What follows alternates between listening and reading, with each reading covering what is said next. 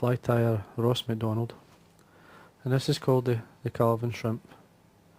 As you can see, it's certainly nice and bright and colourful fly. It's tied, just it's a variant of the part shrimp, but this fly's been doing extremely well. So I'm going to tie it. The hook, this is a size 5 Salmon. You can tie it with whatever size you like, but it's basically so you can see it as well, and it's the size I'm actually tying. The thread I'm going to be using is the firearms thread in 8/0.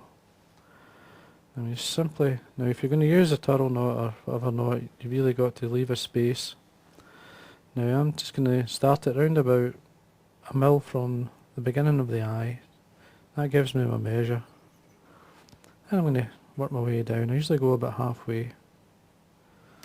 And then for the tag, I'm just going to use a small or a medium would do, gold oval tinsel. I'm just going to catch underneath. And quickly, you can catch on the top if you want, it's up to yourself. Work your way down. I usually like to get in line with the points of the hook. Just come back a couple of turns and there we are. And then take 4 turns down, just slightly round the bend to form the tag, bring it between the hooks, catch it underneath. Then all I do is, I mean it's a bit of a waste, but I still always do it. Take it up, separating the tag and from the rib, keep bringing this back underneath and all the way back down. And there we are, that's it, all secure. Tie, this is going to be a rib. Tag's formed, ready for the wing, or the tail, sorry. And it is made up of 3 or 4 materials. Now, this is red Arctic Runner. It's a really good hair, the Arctic Runner. If you take away these guard hairs, which are no use just now, especially for this part of the actual tail, you're looking for at least the length of the hook. And you catch that down a couple of turns. Now I've got the wax on my finger, so I'm ready to wax the thread, keep it nice and strong. And then you've got like an orange, this is the dyed orange Arctic Runner, what you really need to help keep the fly and move, make it really mobile. Now the tail, you've got that first part of the tail, which is basically the length of the hook.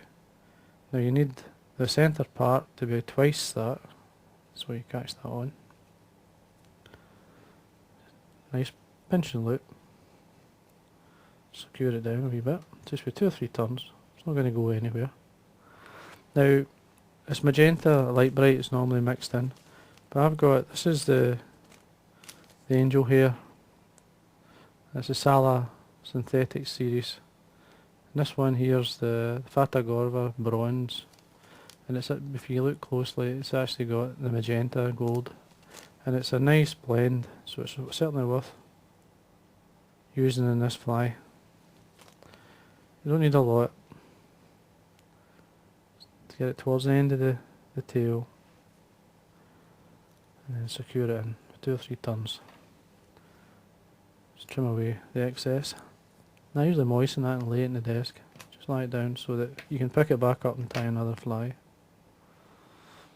Now I've got some magenta dyed. In this case it's just your Arctic Runner. And again you just don't need a lot. Always kind of clean it at the ends if you think it's a bit tangled. That goes on the top. Again, you're looking for the length of the hook. Again, just a pinch and loop to get it to sit. Now you've got quite a build up of materials here, so what I like to do is just come in and cut at an angle. So basically that's tapered now. And then start to work your way up. Again, make sure you wax your thread nice and tight. You'll see it tapering as I go nearer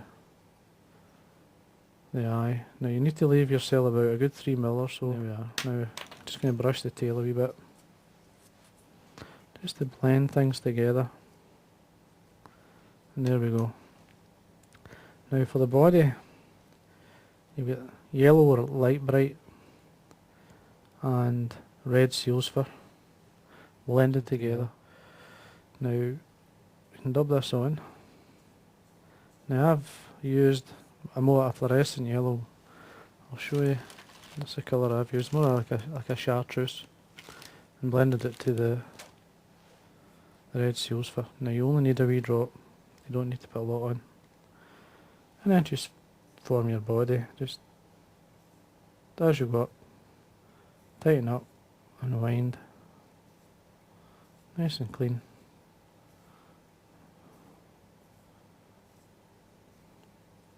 Makes for a nice tight body if you just take your time.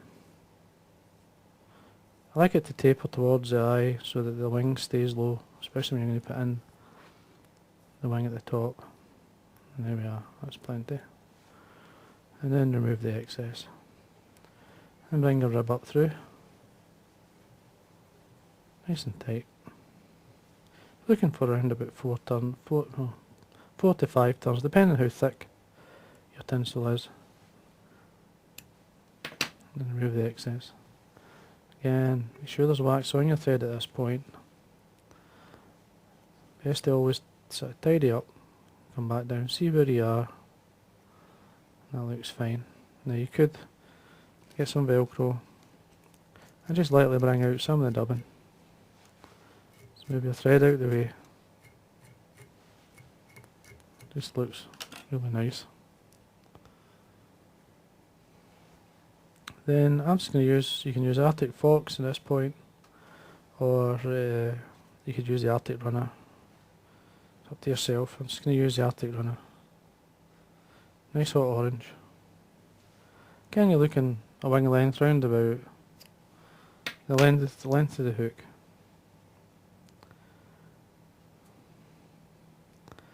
And around about there. So just check the length, full length of the hook, just lie it towards the back. Nice and tight. And trim away the excess. Again, always make sure you've got some wax on your thread. Now I've got some orange angel hair to be mixed into the wing. You only don't need a lot. Just a few fibres, about half a dozen or so.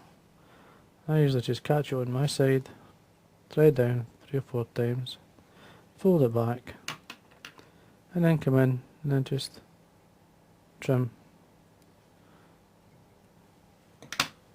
away the excess, and you can leave this for your next fly. Just bring it in so it's sitting nice. There's a hackle next. You could use a genetic if you want. Well, in this case it's a flame coloured hackle, really bright orange. I'm just going to use a Chinese. Now you're looking for a hackle fibre that goes into about halfway into the wing. And I'm going to tie this in by the tip. Take 3 or 4 turns down, fold the tip back, and then you can break this off or cut it away, it's up to yourself. And fold the fibres. And then you're looking for, probably, depending on how thick the fibres are, around about 3 turns or so. For a fly this size anyway. Cross your thread, put a 90-degree bend into it, nice and tight. Come in, trim away the excess. Again, make sure you wax your thread at this point. Any fibres that want to going forward or towards the eye, just draw them back. And then tidy up. And there we are. Then you're looking for some jungle cut. You're looking 2 eyes.